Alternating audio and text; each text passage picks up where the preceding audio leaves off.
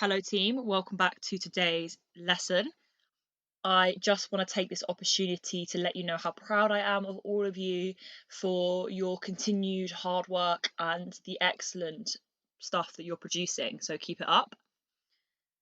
Let's get started with today's lesson. Today we are looking at language devices, and we are doing this so we can begin to include some more sophisticated devices in our non-fiction writing. Pause the video and get title, date and LO copied down now, please. Okay, if you're back, that means you're ready to complete the do now. And your do now is to practice using these 4 types of punctuation accurately in a sentence. And also, I want you to write a sentence that begins with 2 adjectives. And this is to recap the different sentence types that we learned just before you went home for Christmas. Pause the video and complete the do now, please. Okay, I look forward to seeing those. Let's get straight into the lesson. So, the first 2 devices that we are learning are anaphora, not anaphora, anaphora, and hyperbole. Again, not hyperbole, hyperbole. Underneath these, I have an example. So, let's look at anaphora. As I read the example, I want you to think about what is anaphora from this example. What do you think the device is? It was the best of times, it was the worst of times. It was the age of wisdom, it was the age of foolishness, it was the season of light, it was the season of darkness, it was the spring of hope, it was the winter of despair.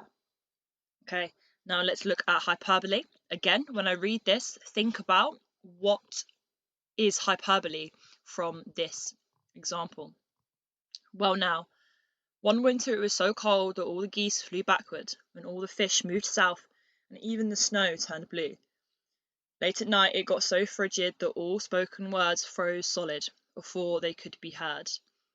People had to wait until sunup to find out what folks were talking about the night before.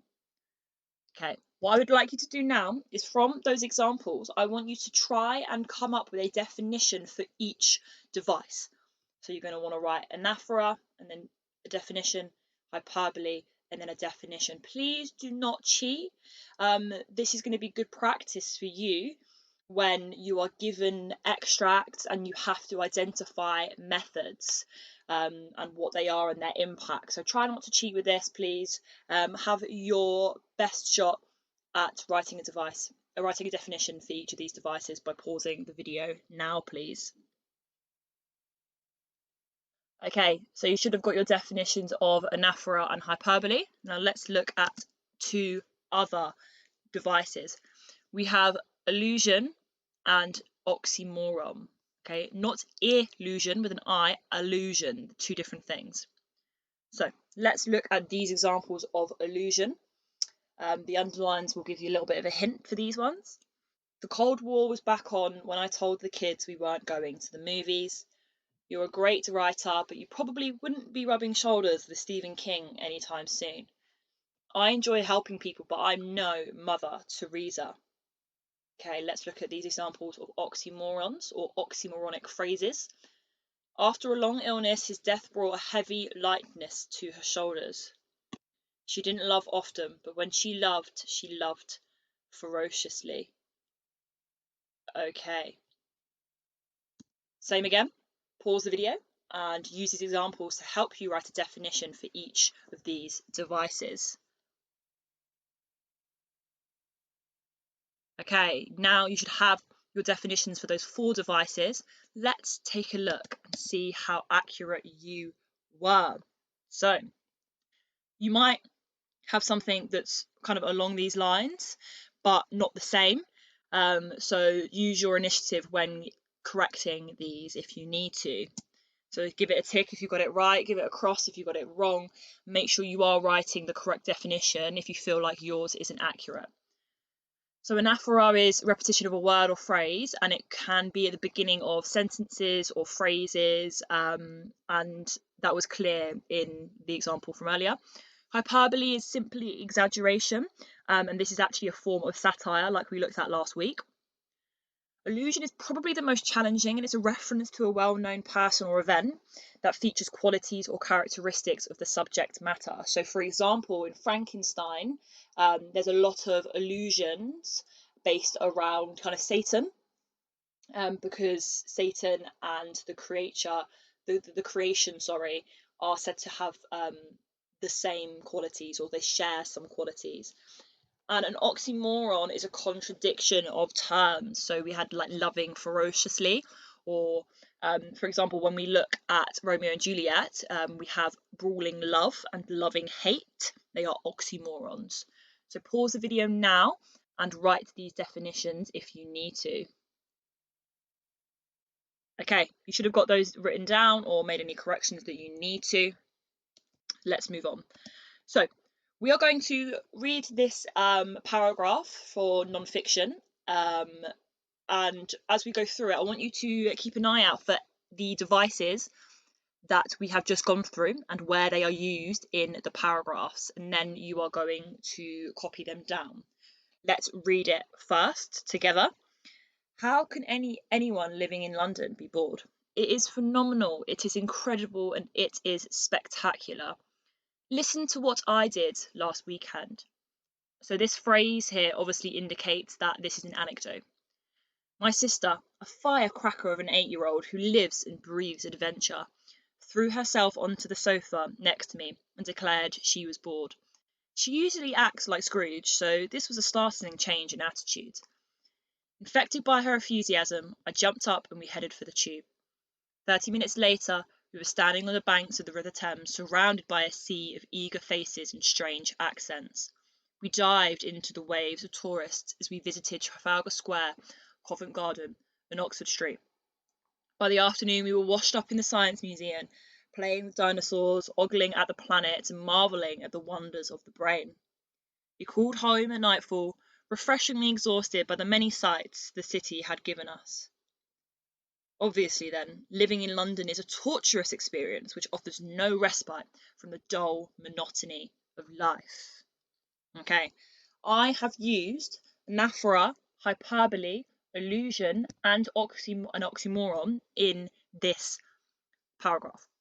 So what you need to do now is find those examples next to your definition, write them.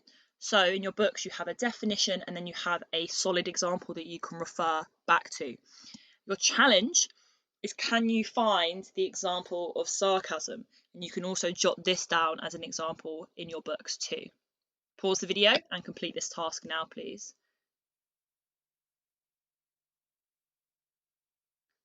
Okay, let's make some purple pen corrections. Please make sure if you've written the wrong example down that you cross it out and write the correct one.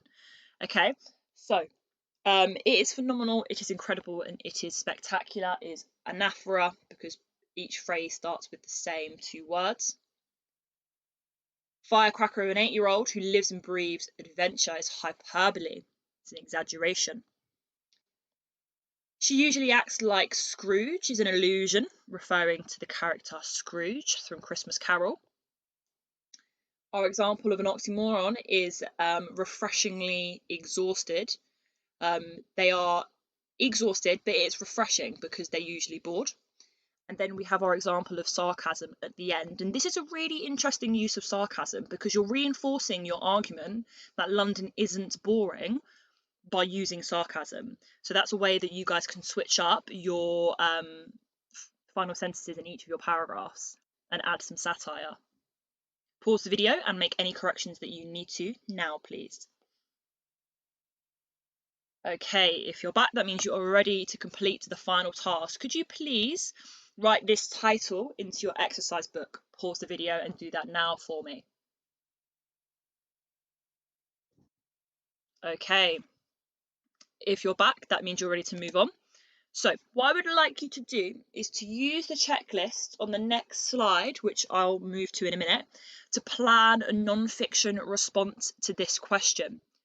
You need to plan where you will use the 4 new devices that you've learned today and also opportunities for satire.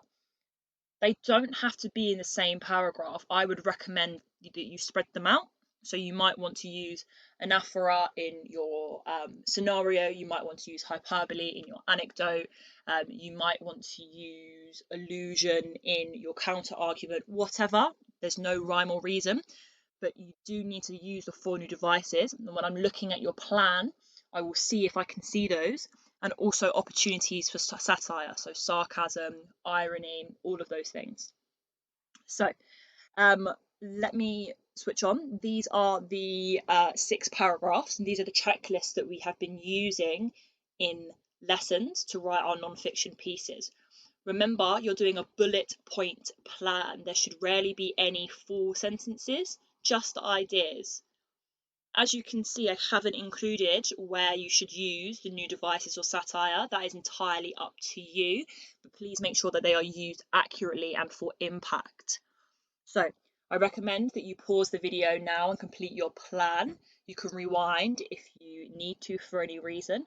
And as soon as you've done that, please make sure that you send me a picture of your work today. Okay, good luck with your planning, and I look forward to seeing them later.